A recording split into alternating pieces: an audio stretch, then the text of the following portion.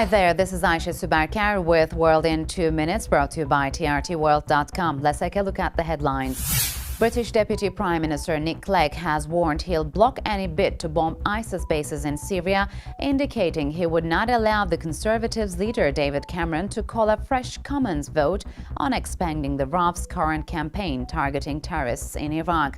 His stance has alarmed senior Tories who had believed that Ed Miliband was the main barrier to Britain joining the international fight against ISIS. Now let's move to Syria, where at least 16 insurgents from Jabhat al-Nusra have been killed in clashes with the Shiite group Hezbollah in eastern Lebanon after launching a major offensive. Hundreds of the Sunni Muslim insurgents attacked at least 10 Hezbollah bases along a mountainous range close to Lebanon's border with Syria. 2 Hezbollah fighters were killed in the latest spillover of violence from the conflict in the neighboring country.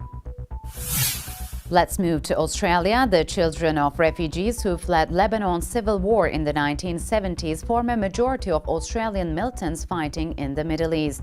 Of the 160 or so Australian militants believed to be in Iraq and Syria, several are in senior leadership positions. A number of the Australian fighters grew up in a criminal gang culture with family ties to the region around the Lebanese city of Tripoli. And our final story comes from Brazil, where incumbent President Dilma Rousseff of the Workers' Party established a convincing lead in the first round of the country's presidential election Sunday, but it was not enough to elect her outright. With just under 42% of the votes in a matchup on the 26th of October, Rousseff will meet Aiko Neves, the candidate from the center-right Brazilian Party for Social Democracy, who has seen growing last-minute support.